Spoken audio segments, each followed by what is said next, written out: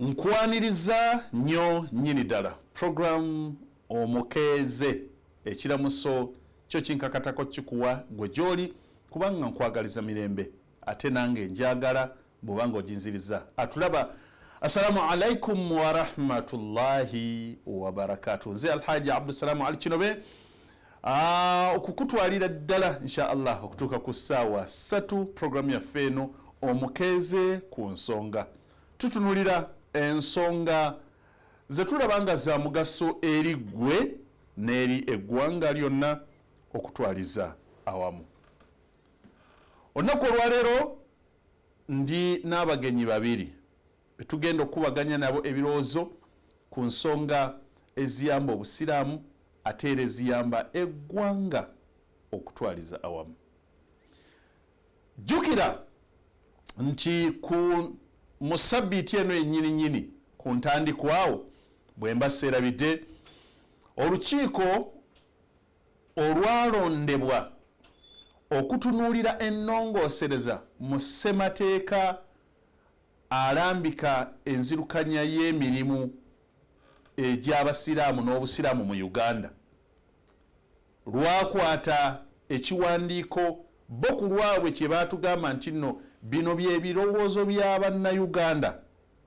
Of course nabo nga commission balatugulira mwateekamu ebyammwe kubanga namwe muli Bannayuganda. Ebirowoozo by'Abannayuganda bye baagala kutambulizibwe enzirukanya y'emirimu egy'obusiraamu mu Uganda wansi wa Uganda Muslim Supreme Council. Ekiwandiiko ekyo gye tuyita draft eya Ssemateeka ne bagiwaayo eri Mufti Sheikh Shaban Ramadhani Mubajje. Mukolo ogwo gwaliko abantu bangi. Nalaba Amirul Umma Sheikh Muhammad Yunus Kamoga yaliwo. Nalaba Sheikh Abdulbed Kamulege simanyi baali yali akiikiridde basalafu, simanyi Sheikh Kamulege yali akiikiridde baani naye y'omu ku baaliwo. Waliwo n'abalala Deputy Mufti namulabawo Sheikh Muhammad Ali Waiswa n'abalala bangi. Kakati bingi ebyayogerwa oluvannyuma lw'okuwaayo draft eyo. Kye nategeddeko nti akakiiko kano tekaakoma ku draft yokka ya Ssemateeka,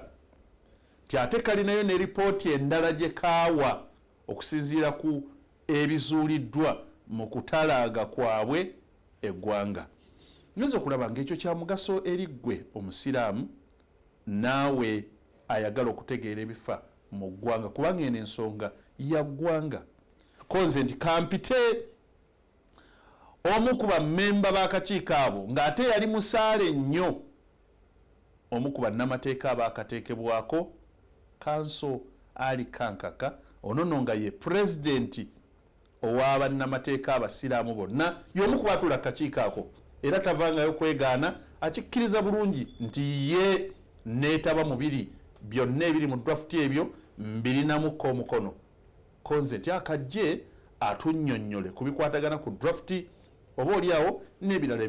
ebinaaba bimubuuziddwa. Kanso Ali Kankaka waali mu ngeri y'emu tulina omutunuulizi w'ensonga ate era nga mukulembeze mu busiraamu Imam Kasozi, naye nga ndabanga eddoboozi lye lyetaagibwa nnyo ku bino bye tugenda okwogera olunaku olwaleero, naye tuli ba mukisa nakkiriza naga nti angenda kujja eddakiika ze tunaabeerawo wano mbeere nammwe tukubaganyize wamu ebirowoozo okulaba eggwanga n'obusiraamu bitwaliddwa bitya mu maaso. Nze Alhaji Abdusalamu Ali Kinobe tuli ne bannaffe ababiri abo nga bawulidde. Njagala eddoboozi erisooka live wa Kanso Ali Kankaka obuuze ku mulabi era omuwuliriza wa Salam TV. Kanso neyanziza nnyo muganda wange Abdusalamu Kinobe, omulabi era omuwuliriza wa Salam TV. Nzikiriza nkulamuse nti assalamu alaikum wa rahmatullahi wa barakatuh. Wa alaikum salam wa rahmatullahi wa barakatuh. Ndi musanyufu okuba nti ndi mu studio za Salam TV olwaleero okwogera ku nsonga enkulu eri obusiraamu eri ffenna n'enkulaakulana y'eggwanga okutwalira awamu. Imam Kasozi bakuwulireko bakulabyeko ate era ne okubabuuzaako. Alhamdulillah wassalatu wassalamu ala rasulillahi sallallahu alaihi wasallam wa ala alihi wa sahbihi wa sallam tasliman kathira. Assalamu alaikum wa rahmatullahi wa barakatuh. Wa alaikum assalam wa rahmatullahi wa barakatuh. Abalabi bassalamu najibuli mbayuza okutuuka ku nnaku lwa Arafa ng'ate lwa Juma lulimu ensonga nnyingi nnyo. Allah subhanahu wa ta'ala tumwegayirire mu lunaku luno atusaasire atusonyiwe era mu ngeri yemu ndowooza tumusabe atebenkeze ekitongole kyaffe kya Uganda Muslim Council ng'akiwa abakulembeze abatuufu abagenda okulumirirwa ensonga z'obusiraamu ekyanga abaliko kyoli nze ngambye abatuufu abanaalumirirwa ensonga z'abasiraamu n'obusiraamu bwabwe ate abaneekubanga mu kifo wawaddewo ensonga ne bagamba nti ekiteekwa okukolebwa kisinziira ku njigiriza ya Qur'ani. Allah subhanahu wa ta'ala gye yatugamba nti wa amuru bainahum shura. Okay, tugenze wakasu kankaka tugenda okutandikira wali musaale ng'omu ku bannamateeka ndowooza bagwe wali lead council owa commission eyo process ey'okukuŋŋaanya ebirowoozo okutuuka ku kino kye mwakwasizza mwakiwadde management mwakiwadde executive yabadde executive kye mwakwasizza executive process yatambula etya yali etya? Neyanziza muganda wange njagala okutooka okutereezaamu kewagambye nti seegaanangako tewali muntu yeegaana kukola kirungi ate we twali tugenda okukola emirimu gino gyali gya lwatu temwali mu kwekweka akakiiko bannamawulire mwaliwo nga bakanjula ne katandika okukola so tewaliwo buli ekiri mu ssemateeka ovunaanyizibwako. Yes, collectively fena tukivunaanyizibwako nga commission. Process kitubulye bwe yali. Kakati bwe bamala okukakasa commission eyo neerayizibwa commission yatandika emirimu gyayo. Obuvunaanyizibwa obusooka ffe bwe twatuula bwe twalowooza kwe kutandika okulowooza emirimu guno tugenda gukola tutya. Ne tukkaanya nti tetugenda kukuŋŋaanya birowoozo by'abantu ku bintu bye tutamanyi. Sekyasooka kyali okutaganjula ebiwandiiko okuva Supreme Council yateekebwawo. Constitution yasooka eya 72, waliwo ennongo oluserezaawo entonotono eya 82, waliwo eya 86 ne resolution endala ezaayisibwa oluvannyuma ne mu 2016 ezikwata ku ssemateeka ne policies endala zonna oba enkola ezaali ziyisiddwa eziri ku Supreme Council. Kyatutwalira ebbanga n'obukugu obw'amaanyi okusobola okuggyamu emiramu emikulu gye tulowooza nti gye tunaabuuza abantu okutuwa ku birowoozo. Olw'ensonga nti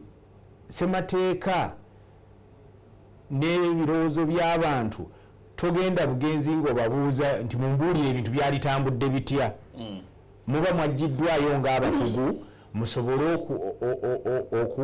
okukumaakuma abantu bawe ebirowoozo byabwe mu ngeri enaawa amakulu. Omulimu ogwo twagukola bulungi okumalira ddala wiiki 2 twabeera ku Supreme Council Boardroom nga tutandika ku makya tuvaawo saa 6 gwa kiro nga tukola. Bwe tugumala ne tukola kye tuyita enteekateekayo ne tusalawo okusinziira ku bye twali tulabye nti tekijja kusoboka kukola ssemateeka oyo ennongoosereza nga tetubuuzizza ku bantu ku basiraamu ba Uganda biki bye balowooza. Kuba twakizuula mu kulivyinga ebintu ebyo nti ssemateeka oyo bwe yali akolebwa yakolebwanga okuva mu 72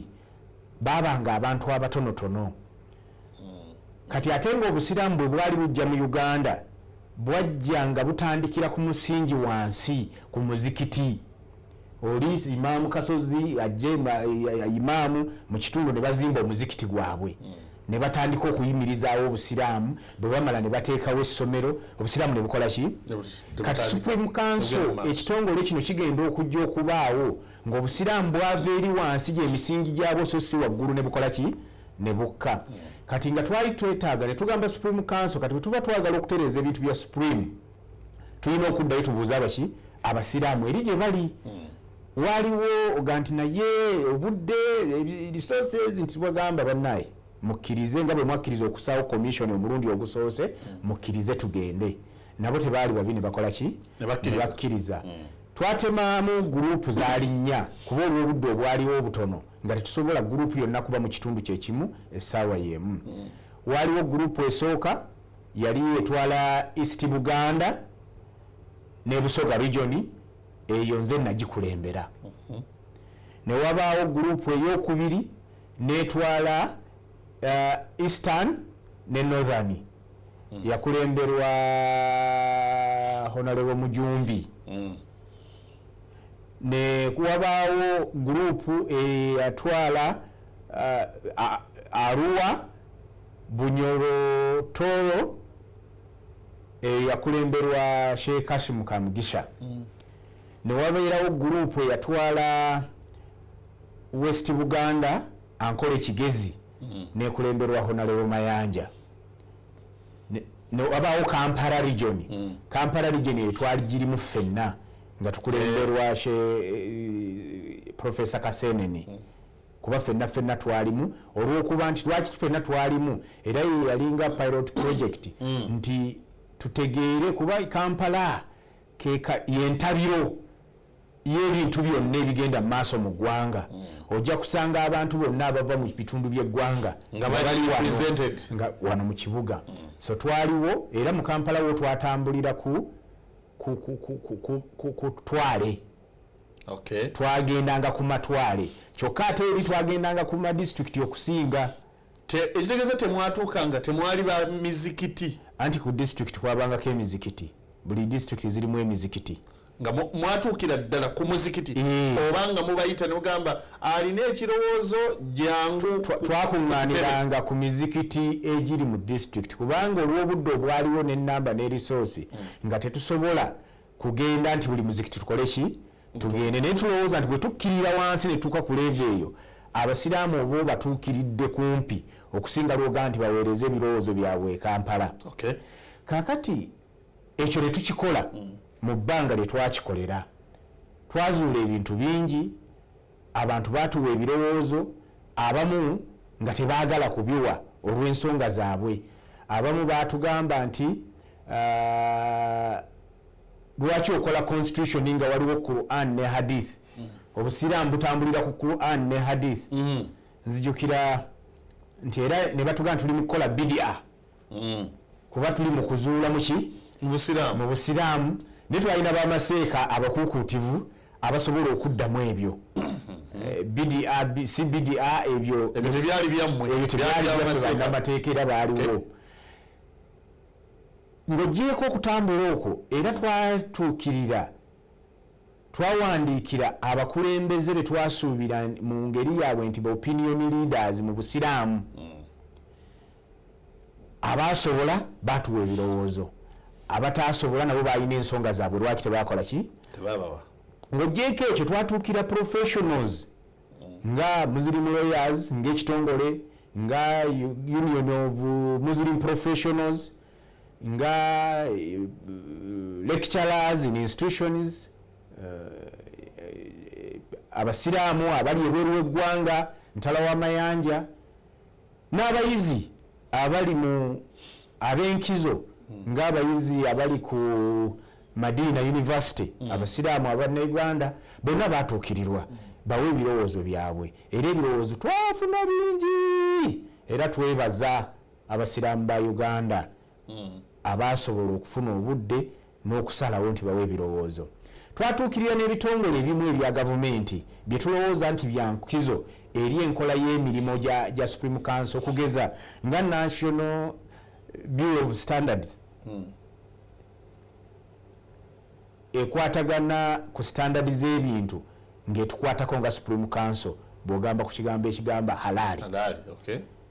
Uganda Registration Services Bureau. Era ebiseera ebisinga abantu abakulu ku Supreme Council batubuuzanga nti ate munonayo ki nga tubagamba ekyatuleese ku Supreme Council kulaba nti tuzimba Supreme Council empya eyina emisingi emigumu. So buli ayina kyayina bwe tulaba oba musiraamu oba si musiraamu naye ng'emirimu gye gyakola giyina akakwate ku nzirukanya y'emirimu ku Supreme Council tujja kukola ki kumutuukirira. Ogwo omulimu twagukola ne tuguggusa mu mbeera etaali nnyangu ennyo kuba engeri y'ebyenfuna biki naye nebaza ba commissioners nti bakkiriza nti guno omulimu bajja kukola lilla ku lw'obusiraamu. Ng'okyayimiriddeko tugenda wa Imam Kasozi atulaba oyo y'omu ku baali ku lukiiko olwa talaaga eggwanga mu kunoonya ebirowoozo byammwe bwe biteeke mu ssemateeka omujja. Oluvannyuma lwa ssemateeka eyo okuba nti yamalawo ebbanga ddene naga nti waliwo ebyetaaga okukyusibwa era nga bwakutegeezeza yalidingako delegation eyakwata mu bitundu ebya obuvanjuba bwa Uganda, East Buganda kwoteeka ne Busoga region eyo yali agikulembera. Imam Kasozi process ogiwulidde oli mumativu ne process bwe yatambula ey'okukuŋŋaanya ebirowoozo era osuubira nti process eyo yabadde eyengedde okututuusa ku kyofuna draft Imam? Bismillahirrahmanirrahim. Alhamdulillah wassalatu wassalamu ala rasulillahi sallallahu alaihi wasallam wa ala alihi wa ashabihi wasallim tasliman kathira. Ekyange disclaimer yange simama mnayita disclaimer nti esooka kugamba nti omulimu gwe bakola sakkiriziganya nagwo nayagala kubeebaza nawe oli mubagamba nti bidia sirwa bidia n'okumuwandika twamuwandiikira y'omu ku opinion leaders kyembadde kugamba nti yadde sakkiriziganya nankola ya mulimu gaabwe ninjagala kubeebaza okukola omulimu kati nenzirayo mu background y'okusoma kwange. Nze ndi nasoma sociology ediringa na mbeera z'abantu, science of understanding people ne mu environment mwe bawangaalira ne bye balowooza bwe bagiyita. Naye ate ku level y'ewaggulu nasoma demography ezimbirwa nnyo ku statistics. Kati ebirowoozo byonna n'ebivuddemu ffe tubijajingira tutunula kye bayita sample size because balwadinga ne Uganda era bakulaze ebitundu byonna babigendamu. Naye further analysis ebegamba nti bwe twagenda twalaba bungi ki bw'abantu in comparison oba groups ez'enjawulo in comparison ne society ya Uganda muzimu bwefaanana. Atuwadde background nungi n'okugenda okulaba ebitongole ebirala irrespective era abaali bamuwakanya oba abaali wakanya wano nga bagenze bo be balowooza nti ate abo si basiraamu baali bamisinze point nga tebamanyi nga kino kyakugambye nti ebbanga omuntu lyamala nga akola ekintu ekikukosa oba kiyinza okuyingira mu nsonga z'endala kiba kirungi okumanya. Kati era mu analysis bwe batuuka mu analysis eddako tuyina levels waliwo esooka abantu gye tutandikirako tugamba nti ya bivariate ebetunuulira ensonga nga bbiri ne beyond that netugenda mu ku level ya multivariate nti netususa ku variables kati kwolwo oba otunuulira variables ezisukka kwemu ko bbirisole tokoma kwekyo n'okola control singa nzijemu kankaka mweno debate etambula etya singa nzijemu Imam Kasozi etambula etya bwe nakola analysis nga bonna mwe bali kikyetukola ki ekyo kye bayita multivariate process ng'erinako kyetuyita control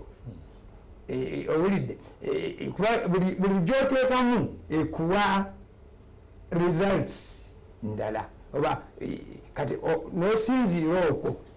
okuwandiika ekikola ki okuwandiika lipoota yo so njagala kubebaza ku ekyo omuntu ayinza okubuuza nti ate ogambye nti togira gundi ate nobebaza ye argument yange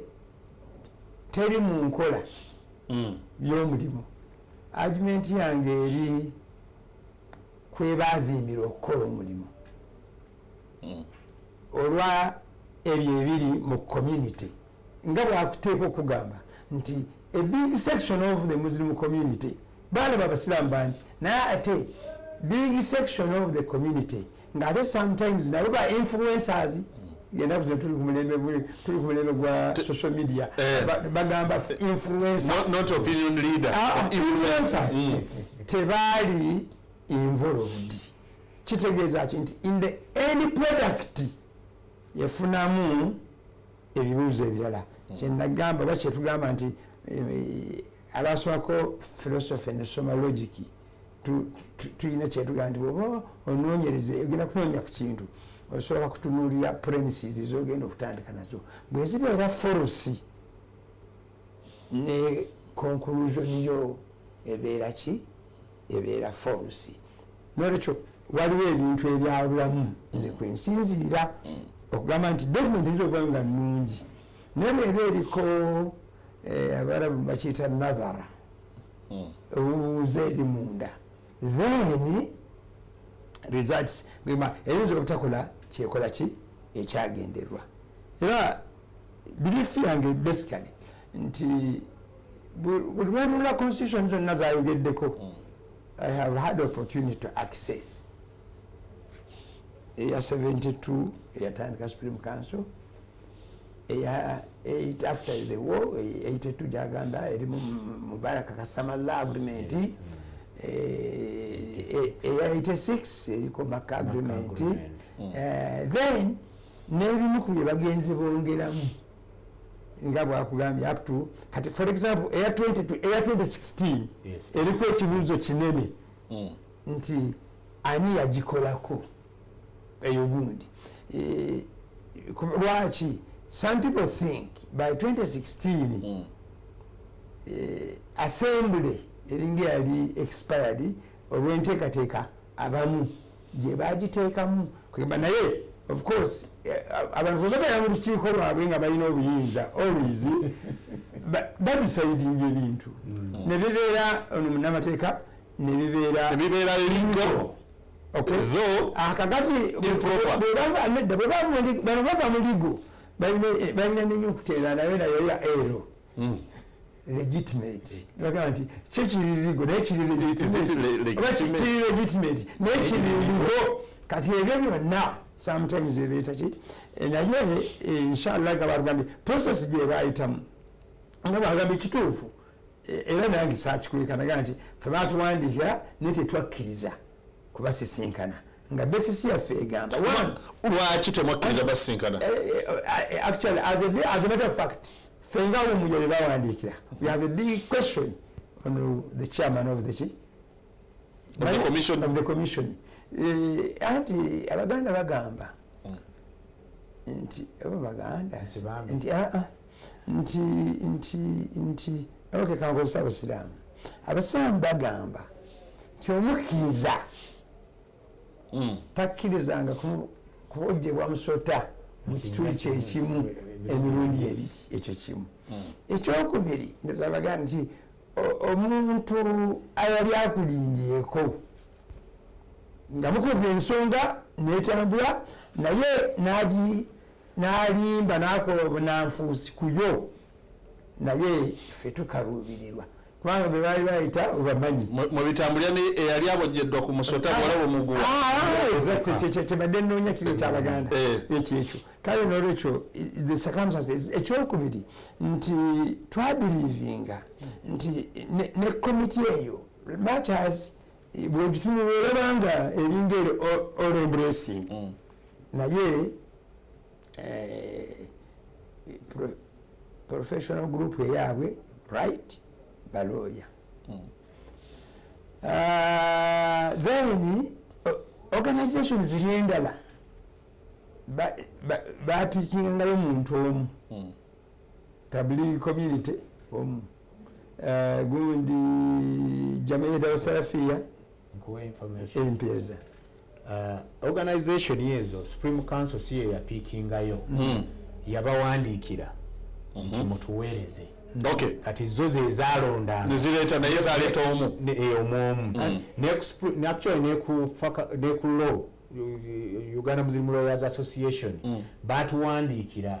bo ne banominatinga gwe mutuweereze abantu bameka basooka tugamba omu ne tugamba nti bwe tulaba structuring ne bye mugenda okukola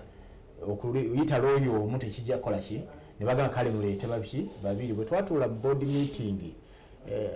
board members bagana ebintu bya Supreme muno biri highly political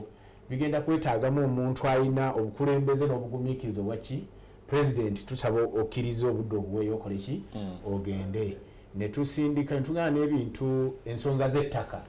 zikutte akati mu Supreme Council ate tuziraba zibaddewo okumala eki ebbanga Dr. Sara Kusiima ye mukugu mu byattaka naye akole ki agende ye information imam tuddayewo onnyonnyola lwaki mwabawumuya mwasalawo si fefeka n'abalala ne mutempress waliwo n'abawandikira nze kankuwe twawandikira kuba ye engeri gy'ate abawandiikira ayinza obutakola ki obutabamanya twawandikira Kibuli nga mugiwandikira nga ki sebo esiti ekyo kyembadde nkunoonyeramu nti mwawandikira Kibuli ng'omuzikiti gw'Ekibuli ng'omulangira mwawandikira Prince yes as a person simanyi Prince bwali as a person bw'omujja mu nsonga z'obusiraamu Ninga boganti mamu kasoza as a person ali he's a student of sociology exactly simanyi bwe yagula konti ya imamu naga katindiki kanso ne twamuwandikira kino omulabi wa salamu njagala akitegeere yes mwawandikira Kibuli ogambye Kibuli waliyo ki Kibuli bwe tugamba Ekibuli ku kyemmanyi waliyo ekitebe ekya Supreme Mufti Office of the Supreme Mufti ekyo kimu Kibuli waliyo ekitebe zetwadisobanga Royal Courts embuga Kibuli waliyo abantu nga boba individuals Kibuli waliyo omuzikiti mwawandikira ani obachi mu Luzungu tugamba oli mu semantics bwogende Kibuli nze nakugamba ideologically nze nsalira Kibuli ng'omuzikiti era nze endowooza yange nkwatagana nnyo n'ebirowoozo bya mukadde waffe the Prince bwogenda Ekibuli va mu semantics oba oyogera kuki kumulangira kyagamba bakkiriza nti mulangira as a house is there ne Supreme Mufti taliyo ekyo kyebadde njagala mukankaka mwawandikira mulangira anti yes temwawandikira office ya Supreme Mufti yes kuba temugimanyi mu structure bwejja tugende maso imam lwaki mwe oboolyawo mmwe lwaki oboolyawo mulangira singa yali atuyise ye yali tubuulidde nga office eyo mwe mumanyi kakati awo waliwo obuzibu imam genda maso olaba bwetuze kyetugenda kati bwembuuza bw'obuuza omuntu nti tablighi community for example Uganda tablighi community kubanga kasa nayo mwagiwandikira era netuweereza oba jamaati y'abasafia nayo mwagiwandikira era nayo netuweereza simanyi Ssemateeka foundation oba mwagiwandikira sikakasa simanyi oba Salafu foundation oba mwagiwandikira bali bamanye salafia kati ekyo anyambye nnyo nenzira ku kyenjogerako nti foundation erimu yafunamu weakness eba yabeera sagaga yabeera biased ng'egamba si bano taamu zibano ezaweebwa bano bano si kano kakiiko waliwo yakakola ki yakaconstitutinga n'akatuma kakole era bodi emu eri supposed okuba nti yakatuma gye bayita general assembly naye ina ekibuuzo kyayo kigamba nti ani yalonda chairman wakakiiko kano ffe twalonda chairman waffe bwe yabanga yavaawo otegede bwe yafa ono mwamuleeta mutyabeere nga tetuli consulted kyekugamba nti tuzimbidde oyinza okuzimbira ennyumba yo nga nnungi n'omusingi bwe guba mubi efuna ebizibu ekyapa si kikyo eyo premise gy'ogamba bigger premise ekyokubiri nti buli lwotakkiriza nti ofiisi ya supreme mufti office mu community then oba olina obuzibu bunene kubanga njala kutegeeza groups ezimu ziri eyinza oba yezisinga obunene zino endala ezajja eza recognized ekyokubiri bw'otunuulira kubanga for information for starters office eyo eri registered mu mateeka ga wano ekyo mbadde nze sikimanyi eri registered mu mateeka ga wano eri registered otherwise yalibadde tooperatinga n'ebintu era efuna nayo benefits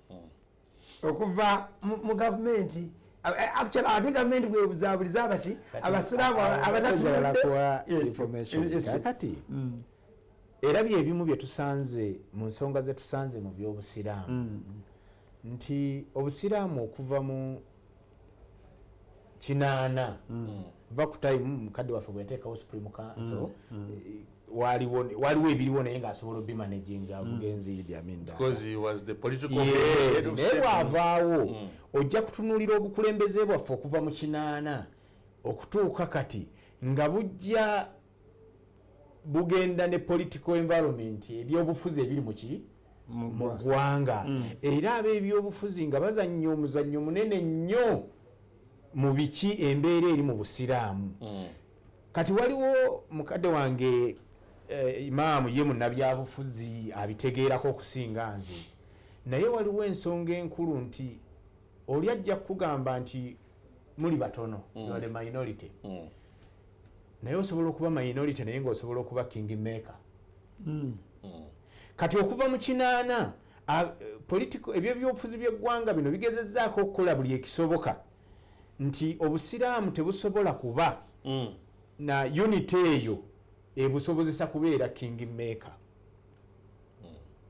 ebeeraawo mubeeraawo nga muli mu katogo era byebigenda mu maaso kyova olaba ffe bwe twali tunoonya ebirowoozo twewala nnyo ekigambo ekigamba newankubadde nga bwe twawandiikira kibuli tebaatuddamu twatuulanga mu bifo nga buli omu tumusobozesa okujja nze kugambye waliwo n'abaatukubiranga amasimu n'akugamba nti bino byebirowoozo byange nesaagala kubeera ku likodi olw'ensonga z'ebyobufuzi ebiri muki ate ng'omutegeera naye ng'alumirwa obuki obusiraamu singa obusiraamu tutandika ne tusobola okumanya ebizibu byaffe bye tulina n'environment mwe tuwangaalira environment ya Uganda eyo oba oli awo tuyinza okutambula n'ebbanga lyetulowooza nti tuliko bulungi oba bwe tuleka ekintu kino kyova olaba mukadde waffe alina kyayogedde ekya Ssemateeka nti eya 2016 resolution eyo obviously 2016 resolution basooka ne bayisa esooka eya 2015 nga beeyongeza ekisanja registrar general n'agigoba kuba baali tebalina we bakola ki we basinziira kati ne baddayo ne bakola egamba nti tukyusaamu wano ne bakyusaamu nti Supreme Council General Assembly esobola okwongezaayo singa wabaawo ekoze eki then ne bongeza ekisanja kyekisanja kino kati ekikola ki bingi ebibadde bikolebwa mu constitution enkadde tugenda bitutule mu ngeri ennambulukufu ey'obwesimbu kakati bwe tuzira ne tutakola kintu olw'okuba wabaddewo emisingi kyembadde njagala okugamba imaamu nti olw'okuba wabaddewo wano ebitagenda bulungi katugano kyetabamu oba olinga agamba kati mpadde layisinsi ebitagenda bulungi byongera obutakola ki Uganda Muslim Lawyers we twagambye nti nedda imaamu kanosaba kalungamye briefly yali Uganda Muslim Supreme Court bali ababatuma be baselectinga nti muwandiikire ono n'oli oba yali lukiiko commission mwasinziira ku ki okulondobamu nti tuwandiikire bano tetubawandiikira oluusi kisinziira ku kumanya kwaffe kuyinza okuba nga tekwali kugazi ng'okwa Imaamu Kasozi ezo nayo eba limitation kubanga nze kisoboka bulungi nnyo kuba nze nkugambye nti bwe bawandiikira Salafiya obwongo bwange bwangamba nti abasalafu bonna bakoze eki bazze nyinza okuba nga obwongo bwange kyebwampa si kyeki kuba twatuula mu commission bwe tuwandiikira tablig ne tulowooza bonna bakoze eki bazze bwe tuwandiikira omulangira tugamba era bwe twatuuka ku Imaamu Kasozi n'abalala waliwo n'abalala be twawandiikira ba Imaamu Ssentobo baani n'abalala abantu abakulu ne balunywa baani twabawandiikiranga ba opinion leaders mu basiraamu abantu abayina bye bakoze era abayina ettofaali eddene bye tusuubira nti bwe baba bazze ne bawa ebirowoozo byabwe bijja kubaamu omuzinzi mu kuzimba ki Supreme Council kati mu ebyo mu kugezaako stratification eyo Imaamu Kasozi gw'oli musomesa wa university mu kukola research sometimes mu sampling oyinza okubanga researcher era ze criticism ezitera okujja ku research nti oluusi bwe yakoze sample yabadde ne shortfall ekyo njagala saagala tudde wano tukikawakaneko kubanga bwe bibeera kati ensonga za Imaamu Kasozi zaleeta ziyinza okubanga ki ntuufu naye nga twaziraba tezaakolebwa mu bugenderere nti tuleete ono tukole ki kubanga lwaki ekyo nkirese ali twagenderera kukola nti ideas zonna opinion leaders shades of opinion zonna zisobola okujja ne ziwa ebirowoozo byazo lwaki ekyo nkirese okubuuza baani abaselectinga 1971 nga nteekateeka zino zonna zibeerawo ez'okuteekawo Uganda Muslim Supreme Council waliwo ba stakeholders abaayitibwa simanyi lwaki bwe mwatuuka okuwandiika kati mwaba considering ne mbaga nti bali olaba bano be baayita they are very crucial nga baani Juma Zukuli Bukoto Natete Africa Muslim Committee ezo abo bonna bawandiikibwa mwabawandikira yes Imaamu tuliwo ekyabagaana okuleeta ebirowoozo oba oliawo nga mulaba musuubira ebirumira naye nze onanyambye either mubireete Imaamu lwaki temwakkiriza yes mulina obuzibu mu chairman naye muleete mulabe ebirowoozo byammwe tebabikkiriza kakati ekirenge nanyambye ansa n'ajanukula simanyi oba abagobezi bagirabye n'awagira oba nakkiriza ensonga yaffe sinze nzeka n'abalala kyenzikiriza nti bw'oba nga opiniyoni yeegamba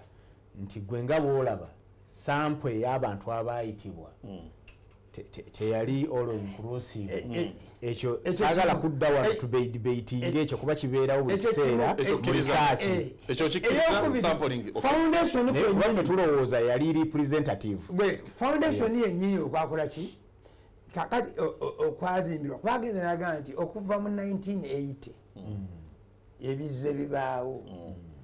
kyesikiriza nnyo manyi sabotage weeri ne ku level kwetuli lwaki abantu bakkiriza tubeere sabotage eri n'abalala ng'ate muffe mulimu abantu buli kiseera sabotage eno gyayogeddeko bagigamba abasiraamu lwaki abasiraamu tebagikkiriza obulwadde bwaffe buli bumu obusinga abasinga buli lwafuna position bafuna syndrome egamba nti kasita gavumenti emanyi so mu nsonga z'obusawo zino zolaba gavumenti oba emanyi oba temanyi nsobola okusigala nga nzikola nezibenefitinga community ate ne community nefuna adherence ekitugobereza amateeka ekyo kituufu imaamu naye nga student wa sociology okuva mu kinaana obusiraamu olabye bwebuzze butambula nga bukyuka olowooza lwaki kumpi abakulembeze bonna ababadde babeerawo nga tubeera mu kwerumaaluma okwo nakati mukyali nakati tukyaliera ansa gye mwakoze tetunaba situndamanyalwaki draft eno kyobola nkubuuza lwaki ekigireeta oba ekigireese effort ababeera mu bifo tebakolanga deliberate effort kujjawo kino singa mbadde kati tukoze tutyo okuleeta abanaleeta Imamu Kamaleyo singa mbadde nze mutesitesi wa programu eno nga nasuubira ekyo baali baddayo for example ne batuzanyira swearing ceremony eyamubajje kolwo ng'akyali mufuti wange wakati tali ng'akyali mufuti wange wa Uganda wa Uganda ate naawe simuleetanga naye era process eyo yennyini ebirowoozo by'empo olwaleero byaweebwa abantu adhiyalinga tunga balowooza tukimaze n'emyaka gyali 1 2 3 years only 3 netuddayo mu mbeera efaanana bwetyo naye ngaesinga okugireeta ababeera mu ofiisi singa kiri ekyagaliza obusiraamu obulungi baba nakyo abantu baali bangu njagala kutegeeza ne bwaliwo disparity yaliwo abantu bawaawo period ya myaka 7 nga batunuulidde nga tewaliwo parallel gundi leadership nga teriiwo nga balowooza nti ndowooza abamu nga bali reflectinga ku bigambo ebyo mu kulayira okwaki okwaliwo mu 2001 we balayiriza ati bagenda okuddayo okwaza nekikola kino kyabagambye kuba programu ene abantu bonna bagiraba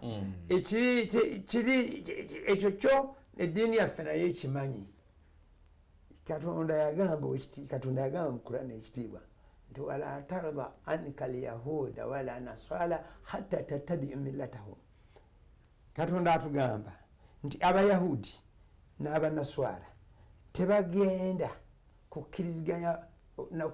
nebyemukula ebirala hatta tattabiu millatahum okutuusa nga mukoze bo bye bakola ki byebaagala. Ekyo weekiri naye bw'oba okimanyi buli lw'omanya ensonga kyalibadde kiyamba okufuna solution. Obuzibu obusinga mu community yaffe abantu bw'oba yina criticism bo gye balabanga negative naye bebanga ku bigger picture eri positive kebe Uganda yenga bakuleka they don't allow you to come and present it. Lwaki baagala nnyo okufugira abantu mu butamanya eno kyeyagambye nti mu process yes abantu baffe process gye mmaze mu Supreme Council ne mu structure yonna ne okutunuulira obukulembeze bwe tulimu abantu baffe baagala nnyo okusinzibwa buli kiseera bawaanibwe buwaanibwa. Nina platform gyendikeera ya education oli ateekako ebintu tugeze we twogerera kati n'olabanga amasomero mangi ag'obusiraamu gatandikibwa abasiraamu obusiraamu ne gazimbibwa ne gaweebwayo mu gavumenti naye ng'abagakulembera abagalimu sina basiraamu kati bw'otandika okubuuza ebibuuzo naye abakulira ebyenjigiriza mu busiraamu sooka osiime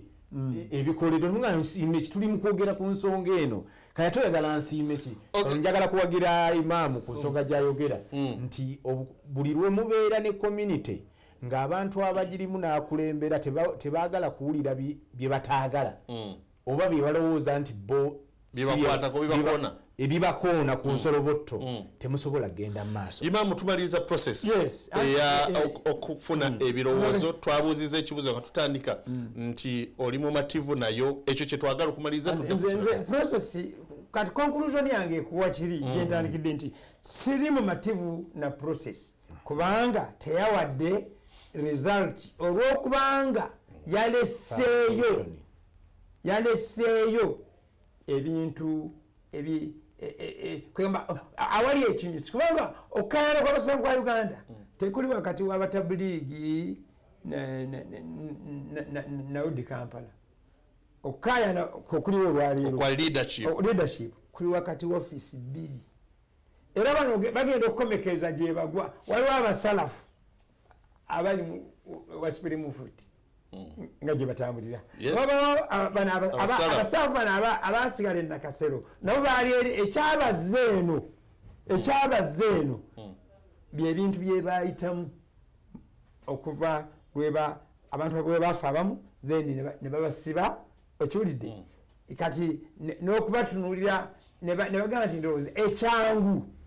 kubeera ku good terms na gavumenti okiwulidde tuleme kulabika ng'abakola ki abawakanya kati nze oyinza okuga nti gwe imaamu ali ku bad terms ne gavumenti nedda kubanga singa ndi ku bad terms ne gavumenti naye badde siwa birowoozo birungi bizimba ggwanga lwaki njagala eggwanga lyange nga ttereevu manyi nti eggwanga nga ttereevu ebino ebimu bye basudde mu community yaffe tebibaawo okiwulidde kiringa kati nga bwewalabye juzi mu process gye twabadde bwe bayagadde okutuwa essente nga basiraamu baziyisizza mu budget y'eggwanga butereevu golowooza abalala tebabawa n'ezisinga ezaffe ne waliwo zirabyemu kati ebyo byebimu mu budget ye era bayisizaamu neza Catholic Church ndowooza mu supplementary eyemu bayisaamu for the first time ndowooza ne bayisaamu eza Catholic Church n'endala kakati ate ekyo n'okukikola bwekyo deliberate it is a deliberate thing waliwo ekirala kyendyogerera mu programu endala etali eno bwe tubali eri yaffe gye tubaamu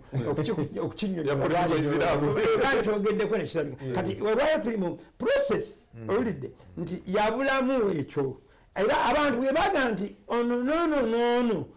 nga beekanze lwaki okiwulidde lwaki ekyokubiri short ennene kati gyolaba singa nalibwo yadde officers mufuti teri nnyo gundi naye bwe ndaba nga ate gye ntwala okwanjula ebintu byange bino ate bo bakolagana naye butereevu naye badde ndowooza nenga nti why don't I also reconsider them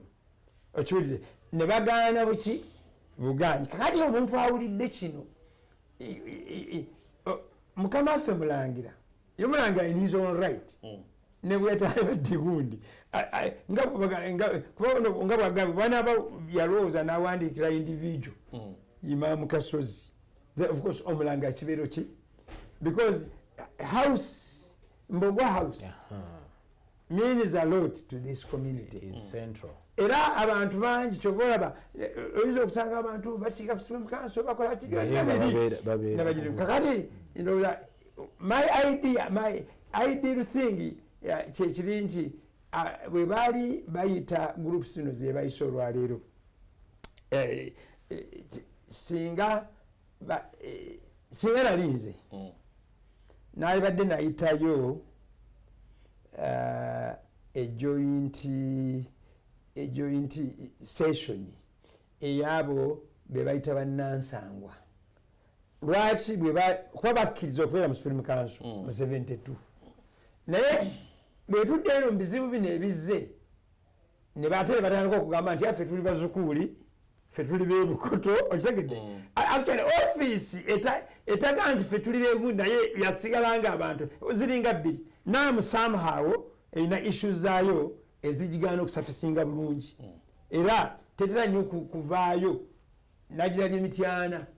ab'emityana ku muzibu baga nti wano waali wannaamu emityana muzibu community gyotwala nti yekibuli yo teina ebyoga nti muzibu community tebakyogera era tebakikulembeza nnyo n'ebiwayo ebirala Bukoto Nateete Juma Zikuuli omulala yani bo abo batuwa ebirowoozo tonatete Juma Zukuli batuwa ebirowoozo naye bona agenda ogamba nti bakuwa ebirowoozo njagako kakasere bakuwa kuba omukulembeze waabwe ate yakulya baseka b'ekibuli anti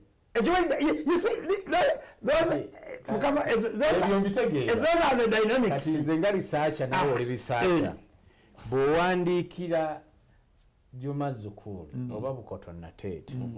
ne bakugamba jangu otusisinkane n'ogenda n'obasisinkana kati dynamics endala zota controlling research tuyina variables zota kola ki zota controlling ebyo bireka ezo kkiriza nti tebikwata okukasitaba nti bewawandikira ddala be bakuzeemu bagala kukkiriziganya ne Imam Kasozi naye ate inkwase ennaku kuba singa katolaba ebirowoozo bino byawa ku bantu abasigalayo singa we twamuwandiikira yatuddamu nga commission nti sijja kusobola basisinkana olw'ensonga eno n'eno ate ne bali temukoze eki kubanga mukuzimba ekintu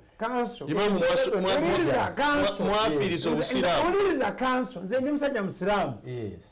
bwe mba naganye ekintu mba nakiganye nze siba na sayidi bbiri bwe ŋŋamba nti ekintu nkiganye olw'ensonga ezo ezitali ntuufu mu kyo siba na sayidi bbiri mbakuba nakuwagamba negundi mugambe negundi nalibadde nakuze mistake n'okutuddamu nti nkiganye olw'ensonga ekyo kyali nkwazi kikola amakulu nzemu ku muntu omanye omukati ekyo sijja Imaamu ngenda kuvawo ne kano ke kasembayo oyagala kugamba nti olw'ebyo by'oyogedde byonna ne end results nayo eri false draft eno gye tusubire gero okutwalibwa mu gundi General Assembly oyagala kugamba nti nfu olw'ebyo by'oyogedde mu Uganda mwetwanganya mulimu gavumenti 3 ezo gavumenti zonna 3 ndaba ziwandiika ebintu byazo nezikiraiminga ebbiri of course teziriwo naye zigamba era zirina n'abawagizi n'abawagizi webali era balizirugamba tulina kyetuyita de facto and they are leaders mu mateeka waliwo kino naye waliwo ne mu facts ekiriwo and they are leaders okiwulidde kabineti yabwe wetuula neyisa ebintu abantu tebabigoberera abalala okujja ku abaabwe Uganda ekigamba nti yatukiwulidde kati nze okukola constitution okukola mbiwulidde era mbirabye ate ngoberedde because nze ngoberera kufuna knowledge kutula egenda okunyamba nze wakati singa bwogamba ono kati singa omugambi draft bagiwaddeyo era ye katikati wano tanatuuka aganda ajja nga mumanama yaga nti sinatuuka gikola ki naye draft yeeyo nzinza okugaa nti njirina naye tebagi nzinza okugaa nti njirina oli memba wa lukiiko kubanga twalabye nga mufuti yaga nti eno yaffe ffekka n'obuuza even presentation yayo bagiwaani kubanga alaba process ne basooka bakwasa Kamoga ne bakwasa Kamudegeya ne bakwasa Mubajje okiwulidde buli omu n'agira gundi munnamateeka nza okutuwabula mu butuufu baali suppose gikwasaani mukama waabwe owulidde yali ya General Assembly yali ya Chairman of Supreme Council yali yaani because eno constitution nene nkikuddiremu terms of reference ezatuweebwa zaali nti buli bye tukola tulipotinga mu office bbiri eya Secretary General as the head of the secretariat neya Mufti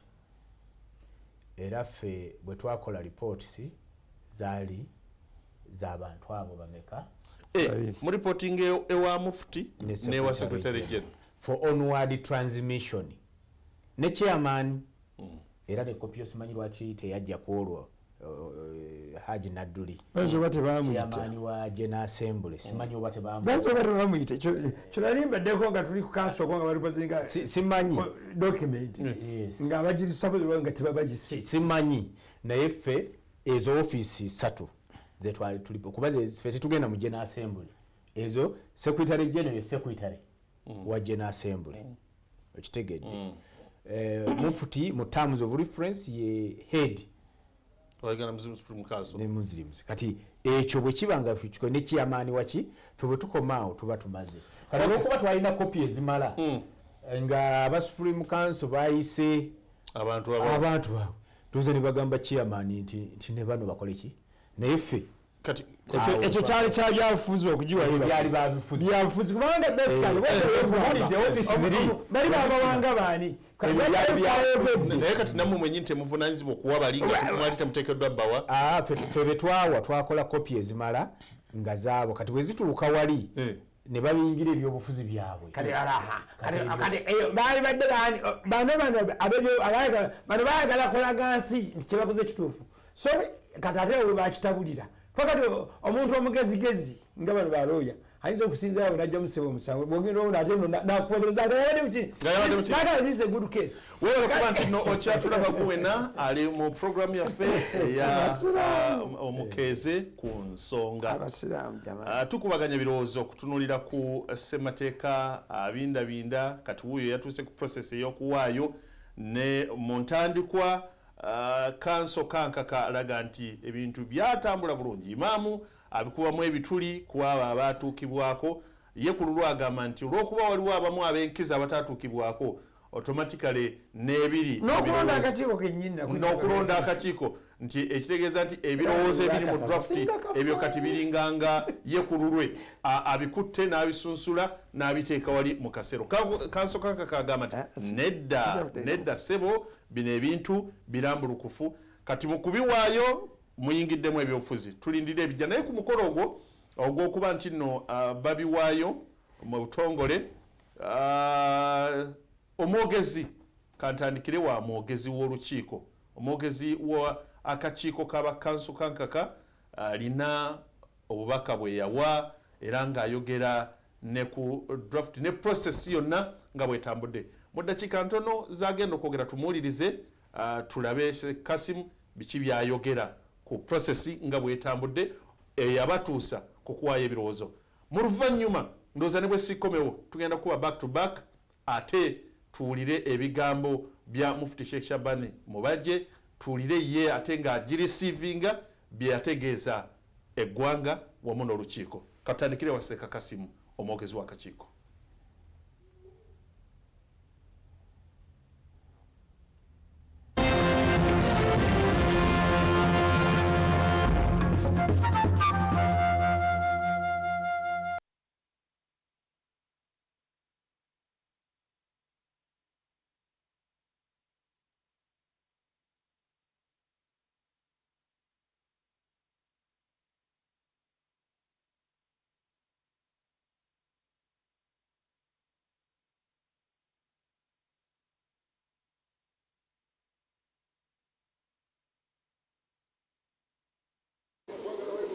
Commission yakwasibwa obuyinza General Assembly ya Uganda Muslim Supreme Council okutaraga eggwanga lyonna okufuna ebirowoozo by'abasiraamu olwaleero emaliriza omulimu gwayo n'ekwasa ekiwandiiko kye tuyise draft constitution n'ekikwasa management ya Uganda Muslim Supreme Council management ng'ekulirwa His Eminence the Mufti Sheikh Shaban Ramadan Mubajje. Omulimu tegubadde mwangu kubanga gubaddemu ebisoomooza naye alhamdulillahi rabbil alamin tugukoze bulungi tusuubira nti abannayuganda okusingira ddala abasiraamu bajja kusiima mulimu guno kubanga tusuubira nti twataddemu agaffe gonna nga Allah ye mulezi waffe ne tukola ekisoboka ng'abantu akanaaba kayitiddemu constitution zonna baziamende nga bazikwatamu wakyaliwo akadde akagikwatamu neyongera okubanga etereera kyova olaba management ejja kukwasa constitution eno executive, then executive and joint session and majlis ulama nga joint session egitunulemu.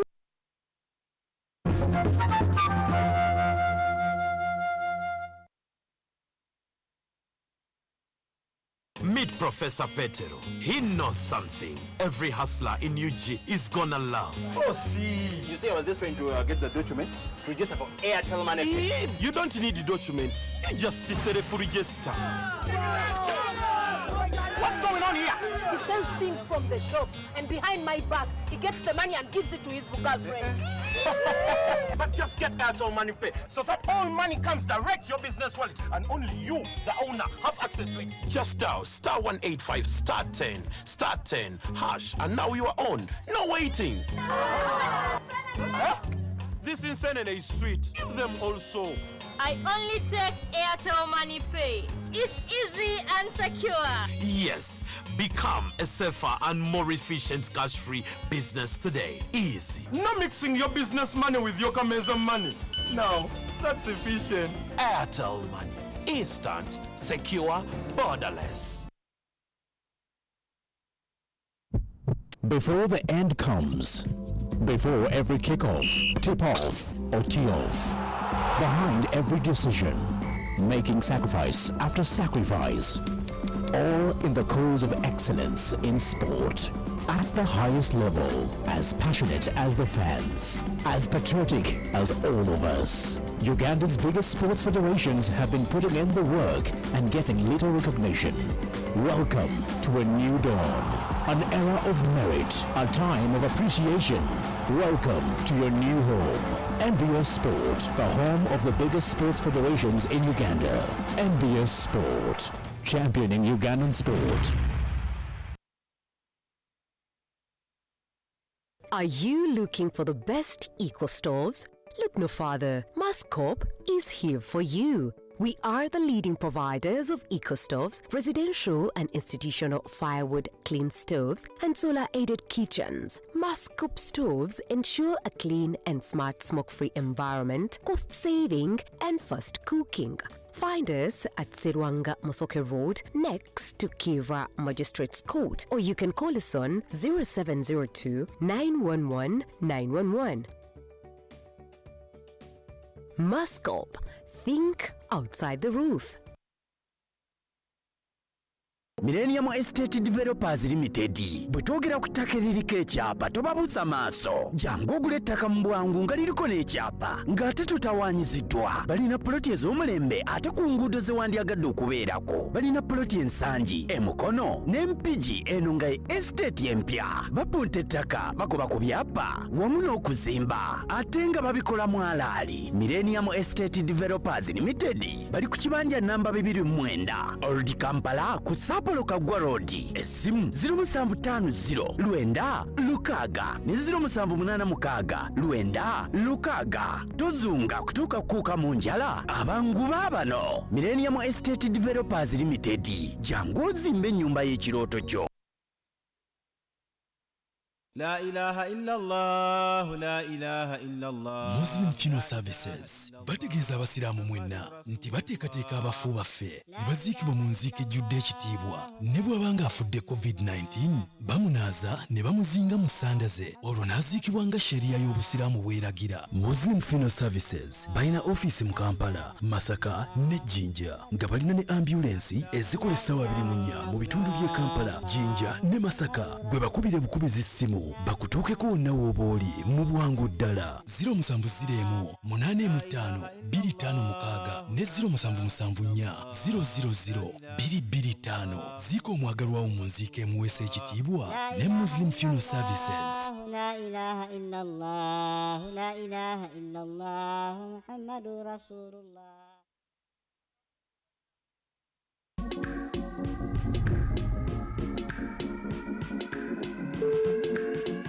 Experience the real meaning of comfort and relaxation.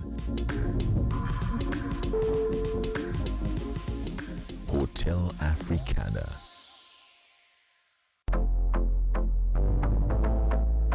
Business goes well when there is comfort. For seminars, business meetings, conferences, and more, Hotel Africana is right there in the heart of the city.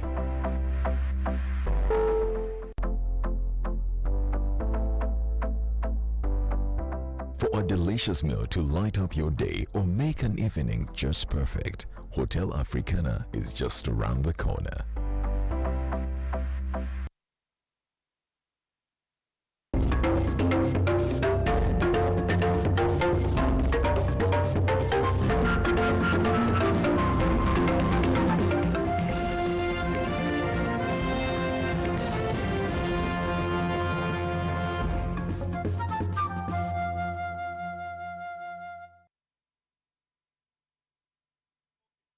Webali kuba nti nno okyatugoberera munaffe gwe program Omukeeze ku nsonga kyali Alhaji Abdusalamu Ali Kinobe okukubiriza programu eno akanso kankaka ali ononga y'omu kwabo abaali abasaale mu kunoonya ebirowoozo n'okukola draft eya Ssemateeka w'Abasiraamu n'Obusiraamu mu Uganda awamu ne Imaamu Kasozi avuddeyo era yavaayo bukukubira naga nti nze nagaana okuwaayo ebirowoozo era amaliriza ng'alaga nti ebiri mu draft ebyo sikkanya nabyo tukyakubaganya ebirowoozo kyekiddako siri njagala obeere clear siri pate sigamba nti sikkanya nabiri mugundi ekintu kyonna enzimba yakyo agambye enzimba yakyo biyinza oba ebigambo munda birungi ate ogambye tokkanya nabyo ekyo kyenjogedde kyenjogedde okay atulaba akkiriza nekasukakanakiza naye nga tutunaba kugenda mu maaso kuba tukyalina kye tutunulira naddala eyali mu kukuŋŋaanya ebirowoozo oba oli awo bw'anaaba akkiriza atusunuliremu ku biki bye basimbako essira abantu biki bye bagamba naye njagala kusooka ate kutwalako Saudi Arabia olunaku olwaleero lunaku lwa Arafa era kati lunaku enkulu lunaku lukulu nnyo nnyini ddala kwabo abagenze okukola hijja bw'omaliza Arafa awo oba otandise okumanyira ddala nti emikolo giwedde muganda waffe Muhsin gyali alina baatukiridde live from Arafa njagala tube nga tumufuna atubuulireko biki ebiriyo embeera y'Abannayuganda eri etya era n'emikolo gitambula gitya muganda waffe Muhsin kakati tuzze gy'oli baako kyotugamba ku kiki ekigenda mu maaso mu nsonga za hijja ku Salamu TV ekigambo kyosinga okuba ng'oyatula oyogera essaawa zino Allahu akbar Allahu akbar Allahu akbar la ilaha illa Allah Allahu akbar Allahu akbar walillahi alhamd jebunajjiraawo biidhnillahi taala ate oyitiriza ekigambo ekikulu la ilaha illa Allah wahdahu la sharika lahu lahu lmulku walahu alhamdu wahuwa ala kulli shay'in qadir ekigambo ekyo kya bbeeyi okusinziira ku hadithi ya maama waffe Aisha ng'abuuza omubaka Muhammadun sallallahu alayhi wasallama wetuli wano muganda wange gwatulaba Akram muganda wange Busuura Umar eyegomba okutuuka ku wano mu Arafa muganda wange Shafiq muganda wange Kikaye muganda wange Mustafa Mutoe mwenna abatulaba abalungi tandikira secretariat Salamu Charity alhamdulillah lwammwe kitegeeza tubasabira mu dduwa jem tuweraliikirira nahiya temweraliikirira naku lwa dduwa nahiya shira ajati shatra abalungi mwenna Mariam ani yenna Muzammil kutwogereko wano Munta Hassan Sibu amannya gammwe googerwako mu Arafa by name you are mentioned by name and your duwas. Okay, we are praying for you ninga tumentioninga manya gammwe gokka kitegeeza ki nti tuli ffenna mulamu waffe tuli ffenna mwoyo alhamdulillah katulabidde ku ntikko mukadde waffe Alhajj Abdul Karim Kalisa n'omunene omunene King Ibrahim Kalisa n'omunene JJ mashallah taala Allah ateke barakati mikwana janga balungi wetwogera ntuli mu Arafa wetulaba tiimu eno nga wogiraba muganda wa mushekhe wa muwabulijjo Seeka Ashraf Matovu bazanya nengo alikama okuuma mabegaawo nange wamundaba nange ndikankuuma alhamdulillah tuzze nannaku lwa nsonga twagala tubeere nga tutegeera ekifo kino kirina nsonga kinkizo ki lwaki tuli mu Arafa bulijjo Seeka Ashraf edduwa ezasoma tusomese ku Arafa ey'omwaka guna tusiŋŋaane nga tuli mu Arafa era edduwa Allah azanukudde tuli mu arafa essaawa zino alhamdulillah. Arafa omulundi guno yayawukanyamu alimu tents owa bulijjo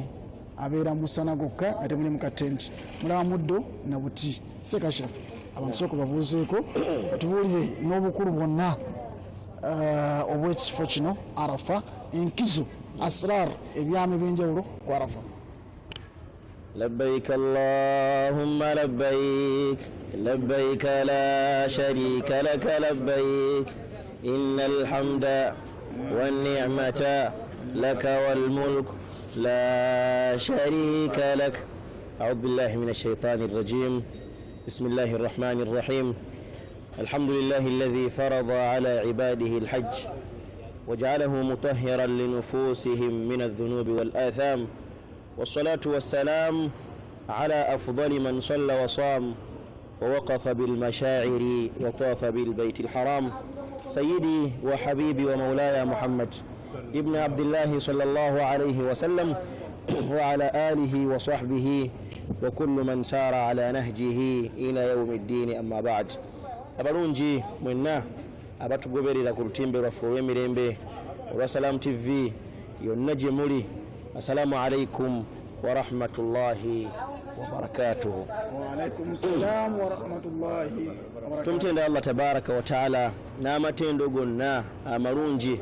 amajjuvu mu bujjuvu bwago. Allah subhanahu wa taala yatuteekerateekera empagi ey'okutaano eno mu ddiini yaffe ey'obusiraamu nga yempagi etuleeta mu mikolo gye tulimu olwaleero. Ekyo nno mwana wattu Allah subhanahu wa taala bw'atyo bwe yakiteekateeka, bw'atyo bwe yakyagala, nebanga empagi eyo yafuuka yatteekwa ku buli musiraamu yenna, wakati mu kuba nti Allah yayongerako akakkulizo n'agamba nti liman istataa ilaihi sabiila. Oyo Allah gw'aba wadde obusobozi. Mbakakasa nti Allah bwe yawadde obusobozi mu bannayuganda bonna, kakasa olwaleero tuli nabo mu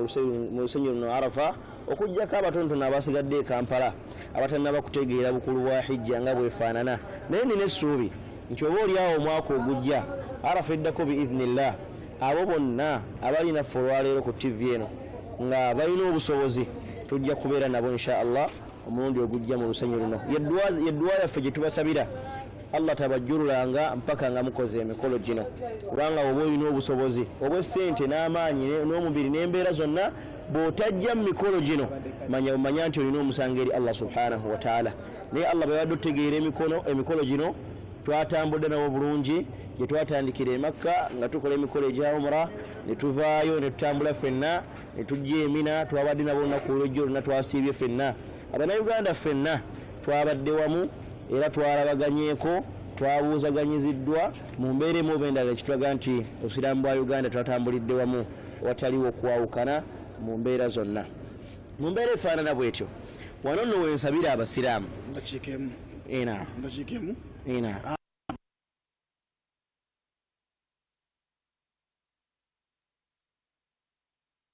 obanga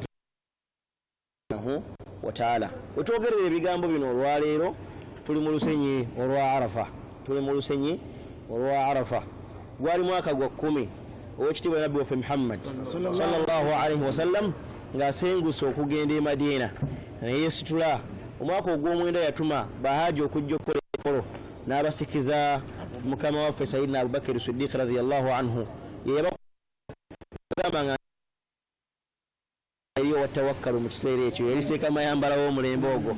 yaliseka bazanya nengo owa original nswaye ow'omulembe ogwo. Mu mbeera efaanana bwetyo Sayyidina Abubakar yakulembera abantu mu mwaka ogw'omwenda, naye ogw'ekkumi Sayyidina Rasulillah sallallahu alaihi wasallam yennyini yakulembera ekibinja eky'abasahaba abajja okukola emikolo. Abasoma min ulama siyar wal maghaz batugamba Nabbi sallallahu alaihi wasallam yajja ne basahaba abasinga obungi bonna okujja okukola emikolo.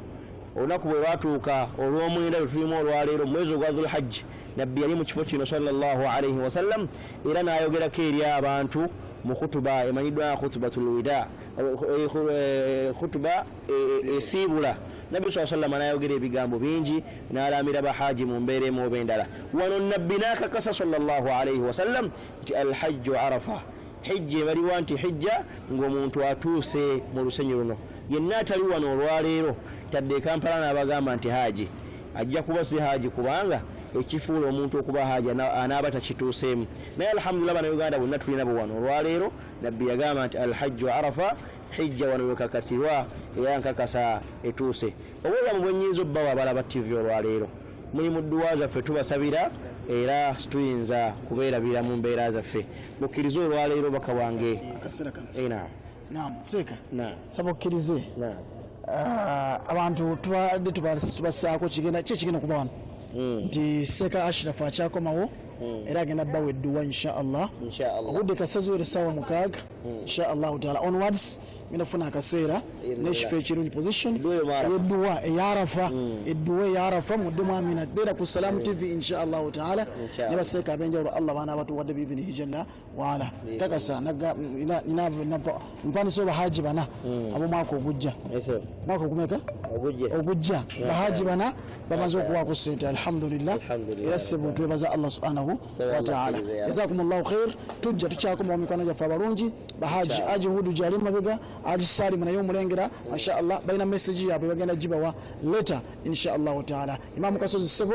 imamu kasozi webale programu zonna tusaba Allah akuleti wano ate ne ajati Aisha mundabire nnyo kanso omulungi alhamdulillah mwebale gye mutambuza emirimu seeka Abdul Salam Kinowe Allah alhaji n'abali kamera mwenna mikwano gyaffe abalungi nabukisi yenna alaba Salamu TV tukusabira tukwebaza otulaba notugoberera notwagala nnyo jazakumullahu khair muganda waffe Muhsin abatumidde nnyo abagambye nti mwenna ali wamu nammwe maama hajjati empererwabo maama empererwe edduwa zonna tuzisaba era omwaka ogujja inshallah tusaba Allah akuleete Makka nemali jazakumullahu khair atakumira mpira batukumire tusisinkane obudde obuddako inshallah nga tuli mu dduwa live from Arafa labbaik Allahumma لبيك لبيك لا شريك لك لبيك إن الحمد والنعمة لك والملك لا شريك لك الله السلام عليكم ورحمة الله وبركاته الله وبركاته ngenza okulaba nga akabugumu kansoka kana imamu kabakutte agati ngaba tusaliza nnyo saba Allah subhanahu wa ta'ala atuzzeeyo omwaka ogujja Allahumma amin ne bannange abali wana batannagenda nabo Allah abatwale tukyagenda maaso ne programu ebyo bibadde ebifa mu Arafa olwaleero bannaffe baabo tebaasiibye kati nammwe okugezaako obaolyawo okutuuka nammwe olwaleero nsubira abasinga obungi mwasiibye okusiiba okutali kwa tteeka naye okulungi ennyo nnyini ddala katuddeyo programu yaffe ya Omukeeze ku nsonga tufune ku ddoboozi lya mufti Mubajje nga areceiving nga afuna report oba ne draft okuva mu kakiiko akakoze mu kunoonya ebiwandiiko tuulize ku bigambo bye ate oluvannyuma tugenda kubanga tukomawo twongera okubaganya ebirowoozo ku nsonga zezimu katumuwulire to thank Allah, praise Allah for this day when we are receiving the draft amended constitution of Uganda Muslim Council. It was a dream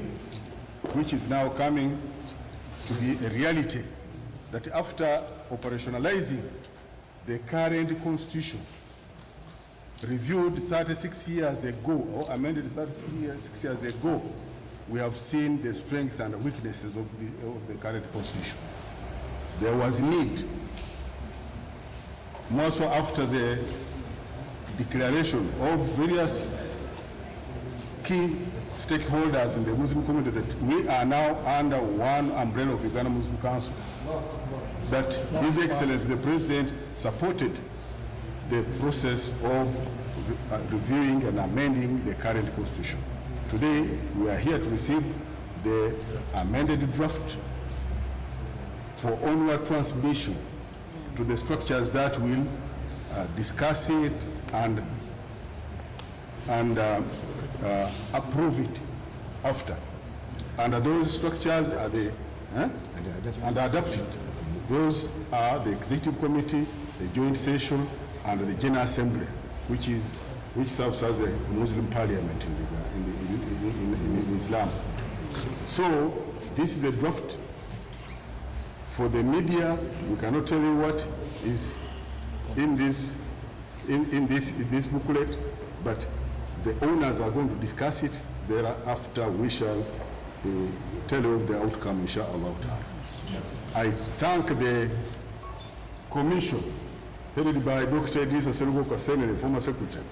It was an able commission. We selected it carefully, and it won't be a surprise when this document is adopted by the General Assembly. We thank you very much. We thank His Excellency the President for contributing to the success of this exercise. Ebyo ebigambo bya mufti tubiwulidde mu Bunyanyimbe naye komisiona gyebazise naga katusuubire nti ddala ne ebiri mu kiwandiiko kino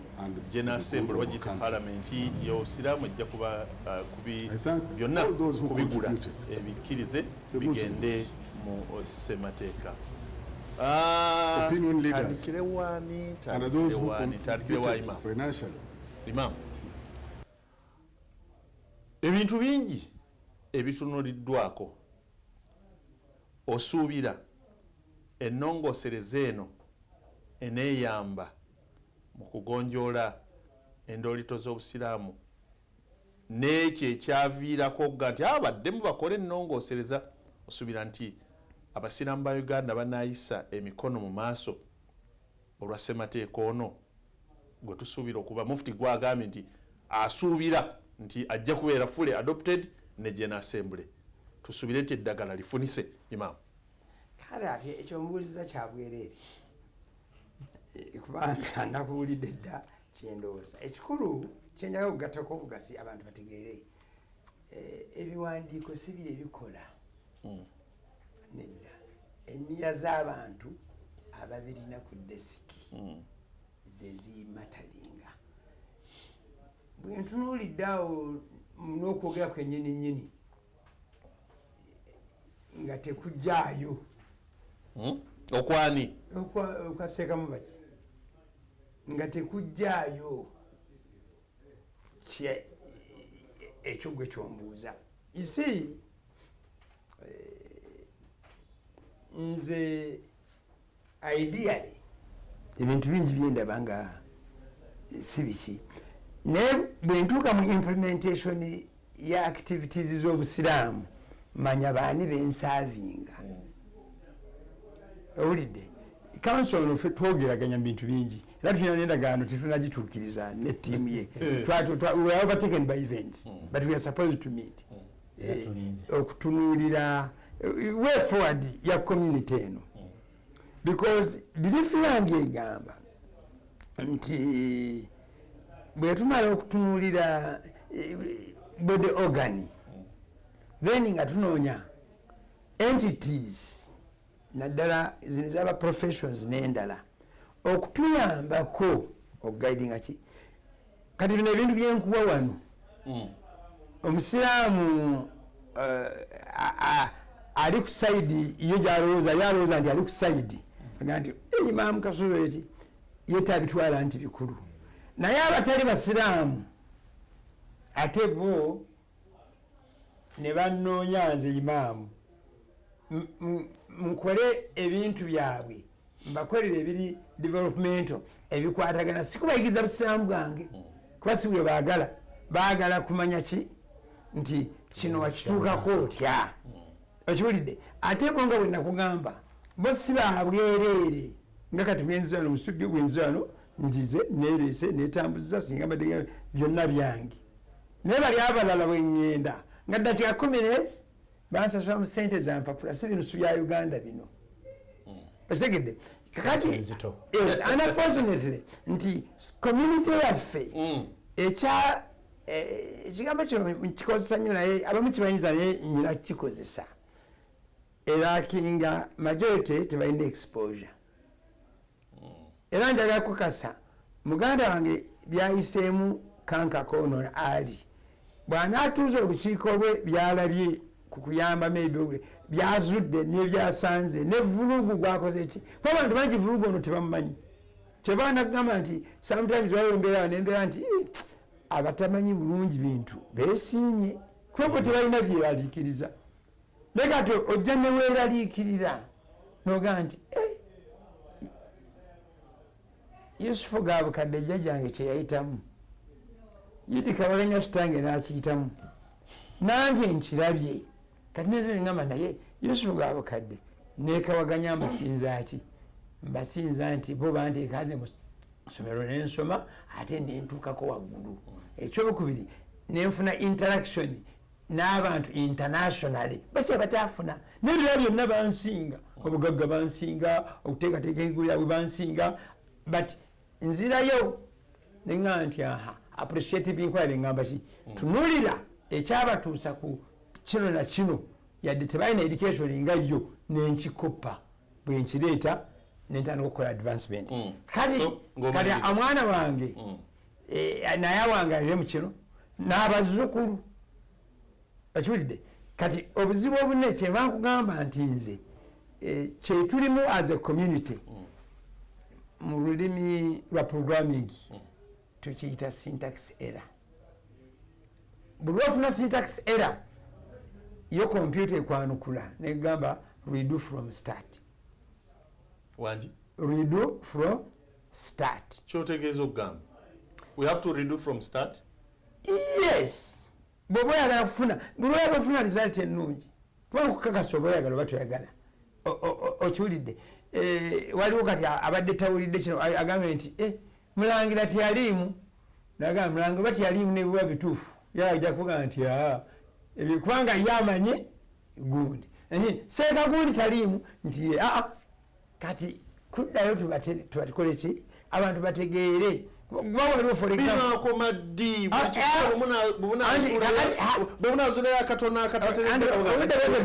naye sande nakugamba bwe twali mu programu gye nakulaga nti olw'okukola enkola eno etasoose kusima musingi mutuufu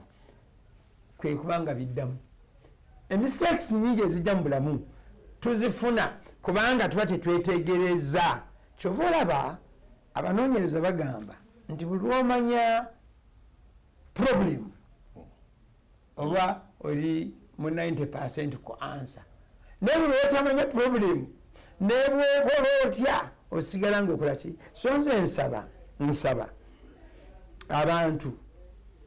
abalina endowooza nga gye nnyina n'abalina ery'endala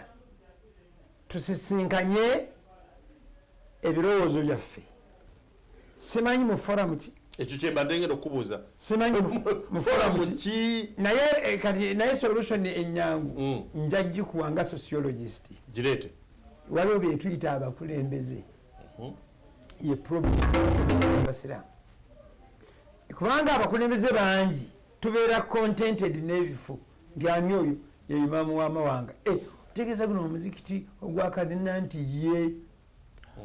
owulidde nti ye ekyokubiri bwe mbeera mu ofiisi yange awe mawanga nga wendi ninda okulaba out of the blue nga lese nti juzi nabadde awo ekiroli naleete nti mpaka awaka wange awaka era nakati nsibe mu lujja nga nti ngaogikeeza naga nti yiiyo genda ogisale kati ekyo bwenkitwalanga kyekikulu okiwulidde then services zendigwa kwa community nga nzivaako kubanga ndi mumativu kati abakulembeze abaliwo mu ofisi zammwe zemulimu tandika ogitunuulire nti ogikozesa otya okufuna bino ebigambo seekalamanzaani byayogedde sekamubajje byagambye nti under one umbrella abasemba Uganda ekyo bakikkiriza naye ate kati ono akimanyi for example naye tosobola kumuwaliriza ate kugibaamu tosobola kuvaliriza kuva muki nsobola okuvamu kati ekyangu tukozese goodwill eyo abasiraamu gye balina to exploiting opportunity kakati bwe baba bagamba for example nti abasinga kati bagamba nti era waliwo abadde bagamba nti wama tugenda kulonda naye bwe bawulidde nti ate okulonda mufuti tekumujja mu ntebe kuba ekisanja kikyaliwo bakola ki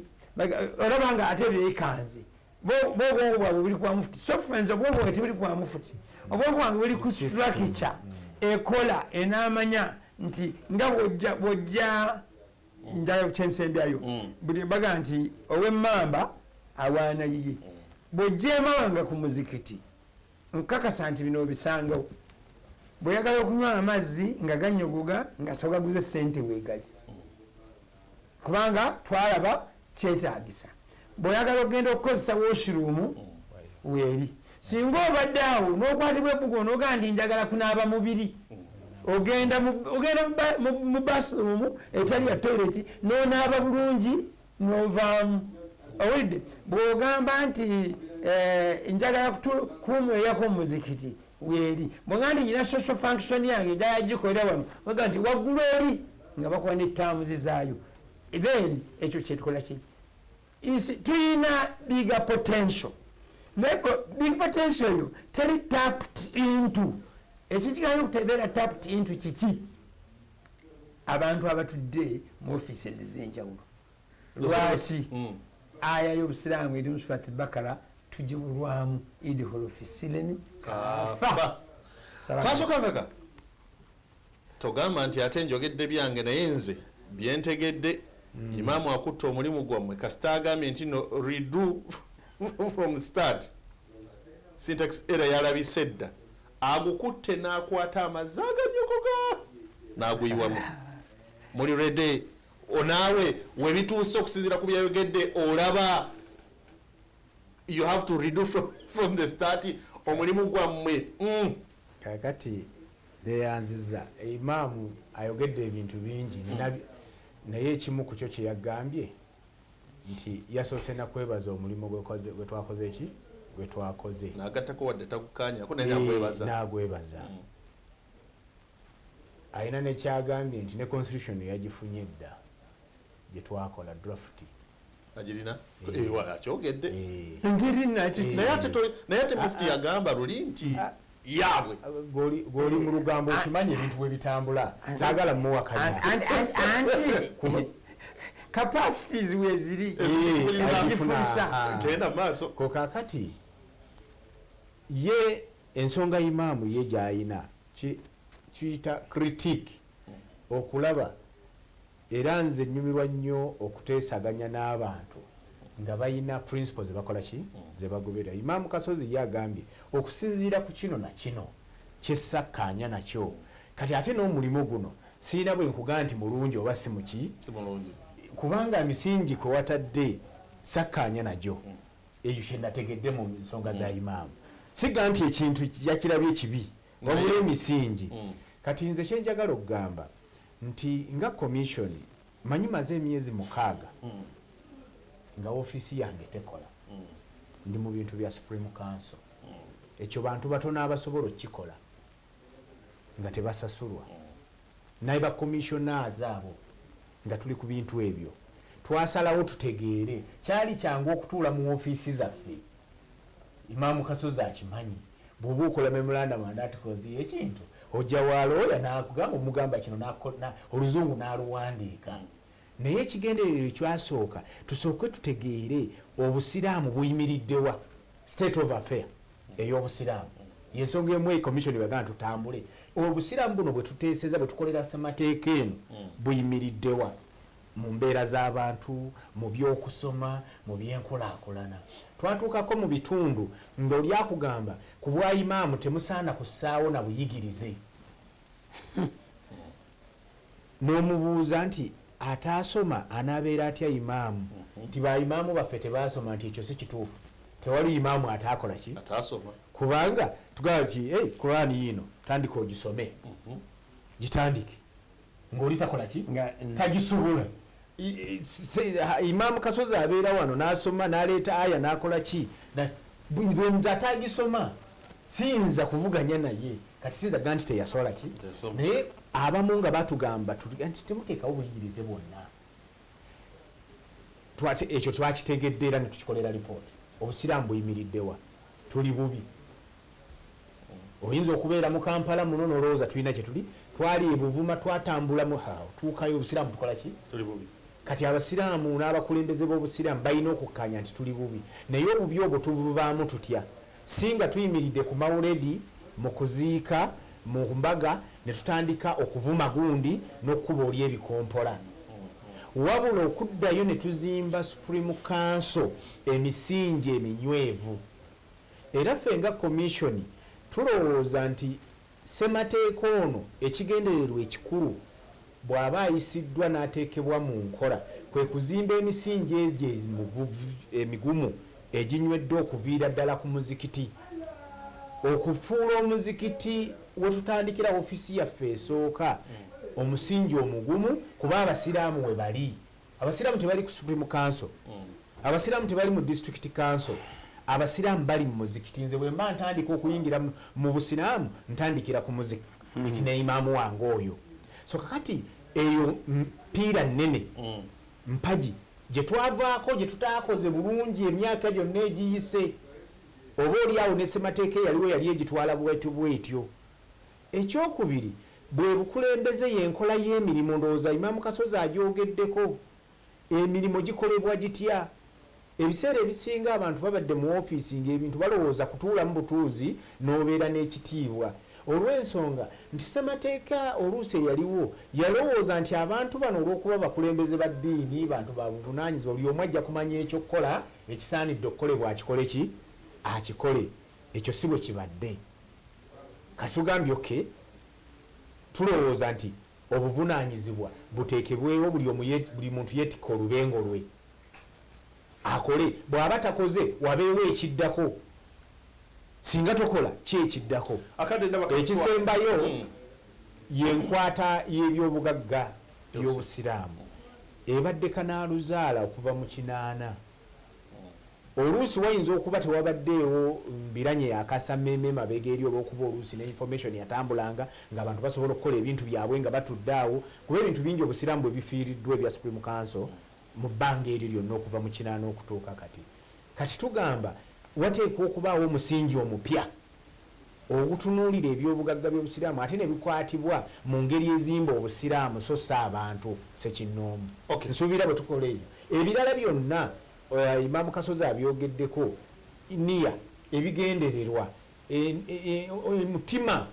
abantu mwe bakolera bye bakola ki? Bwe bakola ne bamanya nsobola obutakkaanya ne Abdusalaam ku principle, ekyo tekimufuula mulabe wange. Naye obusiraamu buno kye bwagala era mu butakkaanya obwo naye nja kukolagana naye ku lw'obusiraamu, ku lw'ensonga zino ezitwala obusiraamu maaso. Kituufu Imaamu ogenda kujja naye akadde kaloweka nga kagenze, naye ab'e Makka tebatutte banzikiriza tube nga kafuna. Nga munnamawulire Imaamu agambye mbu ye yafunye constitution, nga munnamawulire nange tusobola enswera okutambula ku bisenge weeti nebaako weegigwako. Obuntu buno bubiri jagala ombuulire mwavudde ku kyo bituukako era mutegeeza kyakasooka okusinziira ku gye nafunyeeko mu birowoozo byammwe mwe bye mwabujje mu bantu. Omuntu bw'abanga abadde mu ofiisi ya mufuti era mwalaze bulungi nnyo ofiisi ya mufuti erimu mufuti, first deputy mufuti ne second deputy mufuti. Bw'aba amaliriza emirimu gye tebaayo any member of Uganda Muslim Supreme Council amuwawaabira ku lw'ensonga ku lw'engeri gy'atambuzaamu ofiisi ye, ate nga member ya Uganda Muslim Supreme Council ye musiraamu. Kitegeeza omuntu kakole vulugu we atya nga mufuti, emirimu bw'aba agivuddeko tavunaanwa mu courts of law. Abaye ebyo nabyo mwabijje mu bantu. Simanyi gy'olina gye wagijje kuba tefulumanga naye kankuwe ekyokulabirako. Nze ndi munnamawulire. Gy'olina yagambye nti bw'anaaba ali mu ofiisi tawawaabirwenga. Yagambye bw'anaaba agivuddemu. Kakati waliwo kye tuyita ebyo byonna twabisanze mu bantu. Tukiyita empalana ze tuba nazo mu kukola emirimu. Oli bwe mba mbadde president wa Uganda Muslim Lawyers Association nga nina byenkolera mpaabirwa nga mbikola, oli ayinza okusalawo nti bwe mmala obuvaamu nga nfuuse too vulnerable n'ebintu sikyasobola n'akwakisesinga ofiisi kujjayo biwandiiko bisobola kuntaasa ebigoberera ekyo kye nakola lwaki nakikola nsobole obbireeta kuba nfulumye ofiisi gw'ogirimu. Kati olw'okuba oyagala kumalawo akakuku k'olina nange noba akamutwale mu kooti kasita kino ekiwandiiko takyakirinako ki access, nontwala muki mu kooti eyo eba kukola ki kuyigganya kukola ki kiteeke otya mu lulimi kukijjanya kuyigganya. Tulowooza nti obusiraamu tobuzimbira awo.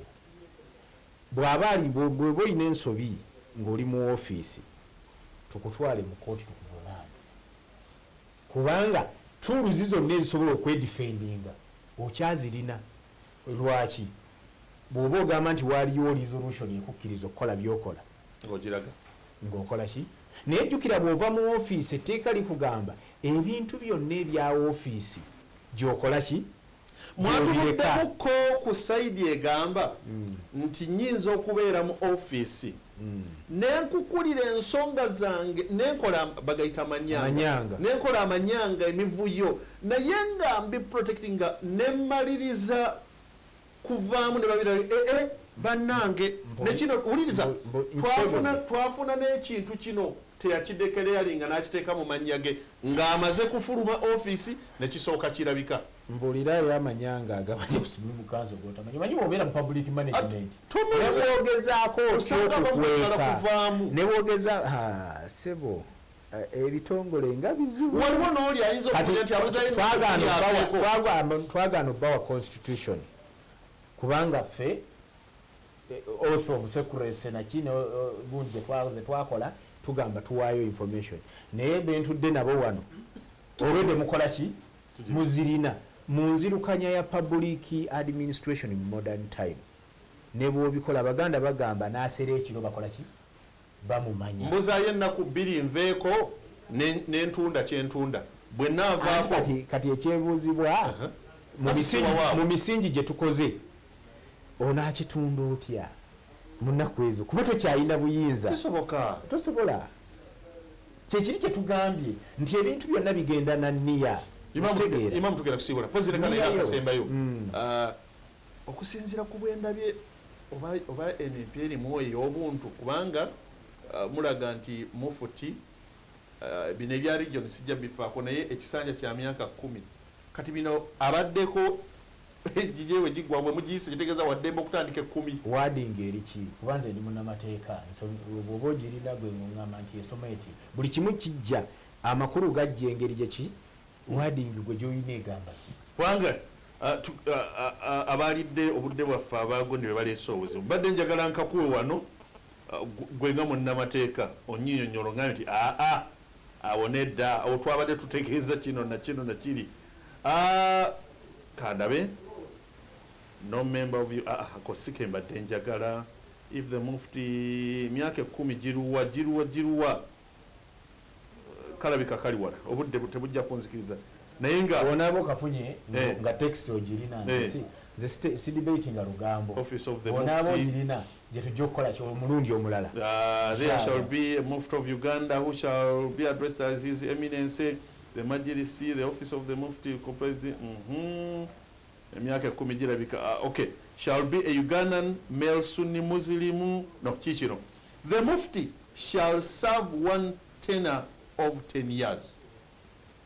kuchiri chiri under article 5 office of the mufti of Uganda ajja kusavinga ekisanja kya myaka 10 nekikomaawo kakati kuliko obujolobero bulalo bwegaseeko tebuliiko it is that article 7 kati ogamba agenda okusavinga ekisukkaawo agenda kubaani anti eno bweyisibwa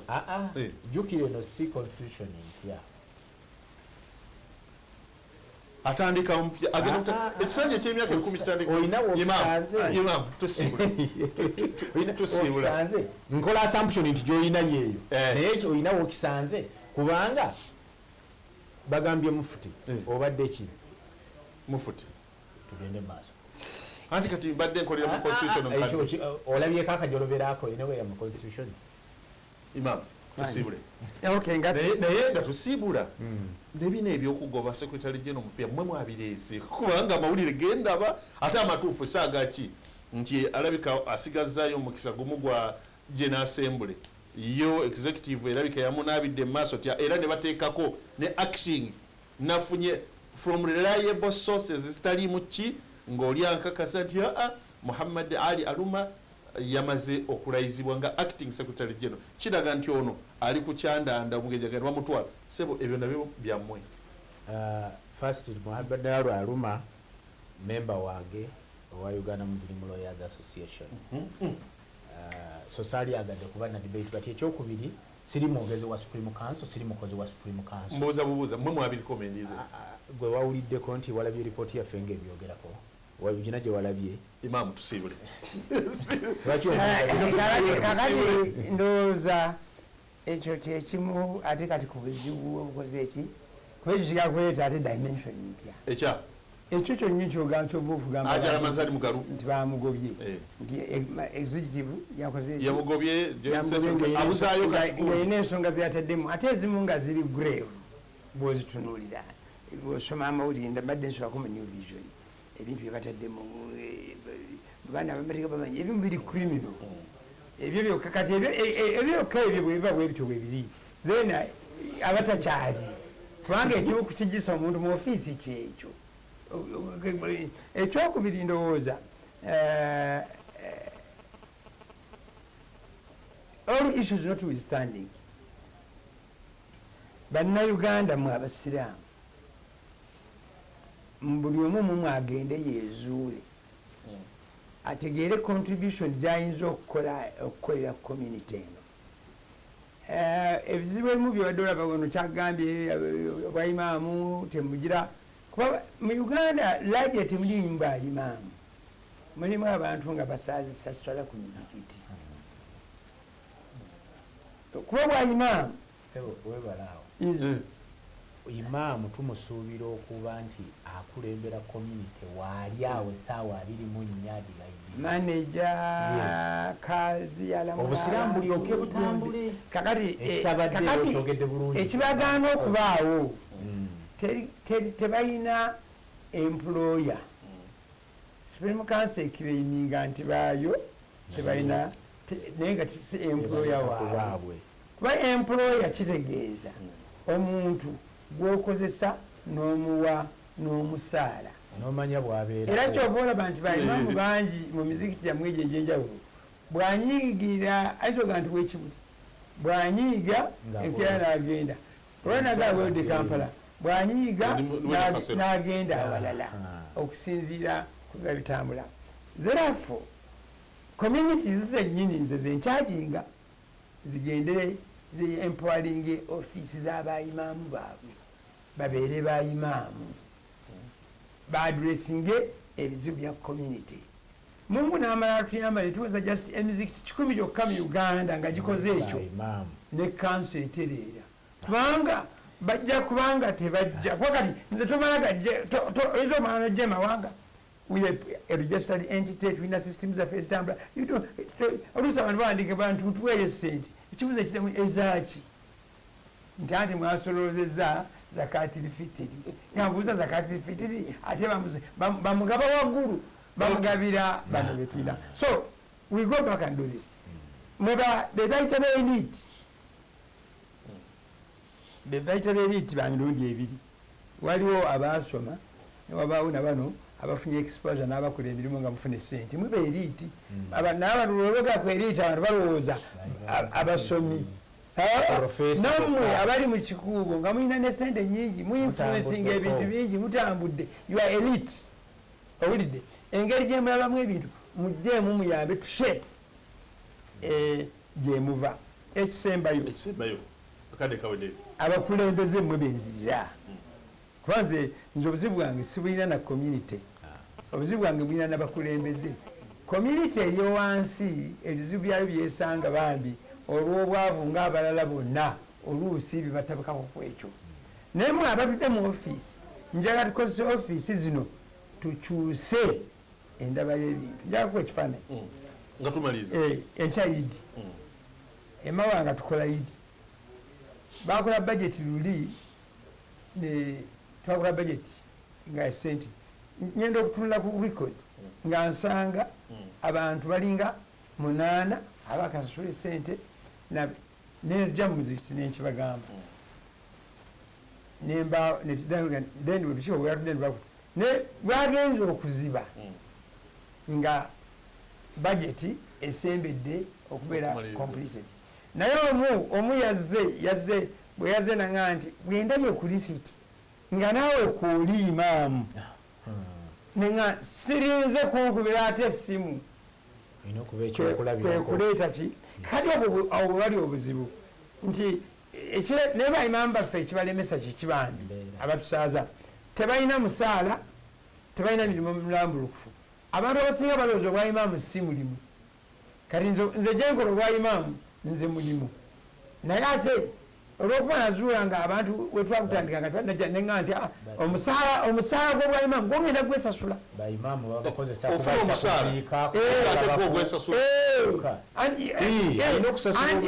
gunyambe okukola ebintu byangebwaliddawo omulala balina okumusasula omusaala si wa voluntary si wakujja kukwata kukwasi mu mukono ebyo babigatteko bugasi kati awo wali obuzibu obusinga obunene nolwekyo njagala okwebaza omukisa guno gwe batuwadde n'abantu buli omu fe twogedde mwetegerere byotategedde bulungi solution y'obusiraamu nayo gyeri katonda egini yagitwalaga fasalu ahla dhikri in kuntum la ta'lamun bw'oba tomanyi nsonga genda obuuze bwe nzizaano omusango nga njagala nsobola okwewolereza ebigambo nembyeyogerera naye bwe bituuka mu tekiniko nzirukira waani wa muganda wange ono ali oba nenga nti kati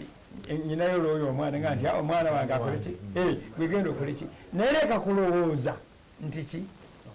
nti buli kimu ojja kukyemalira ekyo kyembadde nsaba ekyokubiri mugalu bw'aba afulumye nga bwe twalabye mpulirayo abagamba nti mwagala kumuzza oba mutya simanyi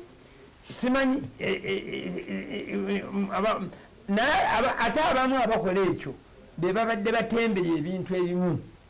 ebimuvunanyisa be batembeye